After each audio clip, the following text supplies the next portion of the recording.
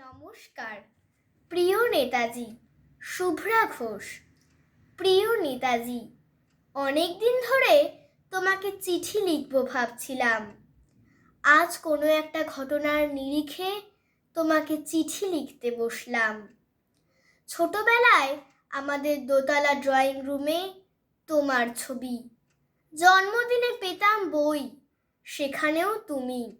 বাবার গল্পে তোমারই বীরত্ব, দেখতে দেখতে শুনতে শুনতে ক্রমে আমিও তোমার ভক্ত। বাবা বলতেন ইন্ডিয়ার আর একজন নেতাজির দরকার ছিল। মা গাইতেন বীর সুভাষের মহান দেশ। দাদু বলতেন ছেলেটাকে ওরা শেষ করে দিল। ঠাম্মার চোখে তখন আঁচলের খুঁট। এসবের মধ্যে বড় হওয়া আমিও কেমন একটা ঘোরের মধ্যে থাকতাম। ভাবতাম পারতে, তুমি সব পারতে, যদি আর একবার আমাদের মধ্যে তোমাকে পেতাম। আজ উত্তর 40-এও আমার একই ঘোর। তুমি পারতে, কেননা দেশের মাটিতে দেশপ্রেমের মতো জোরালো একটা ঝাঁকুনি দেবার ক্ষমতা তখন আর কারোর ছিল না। শুধু মাটিটা কাঁদে, সেই কান্না যেন ভূমিকম্প, খরা, এলোনিনো বন্যা হয়ে চারিদিক ভাসিয়ে দেয়।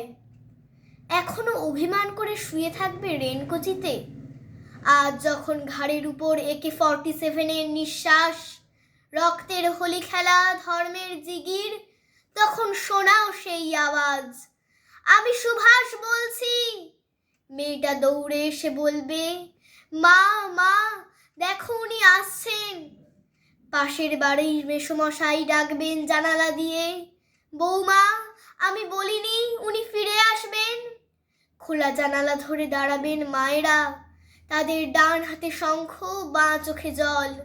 নদী হবে উত্তাল, নৌকা বেসামাল, পরাণ মাঝিও চেঁচাবে উনি আসতেছেন।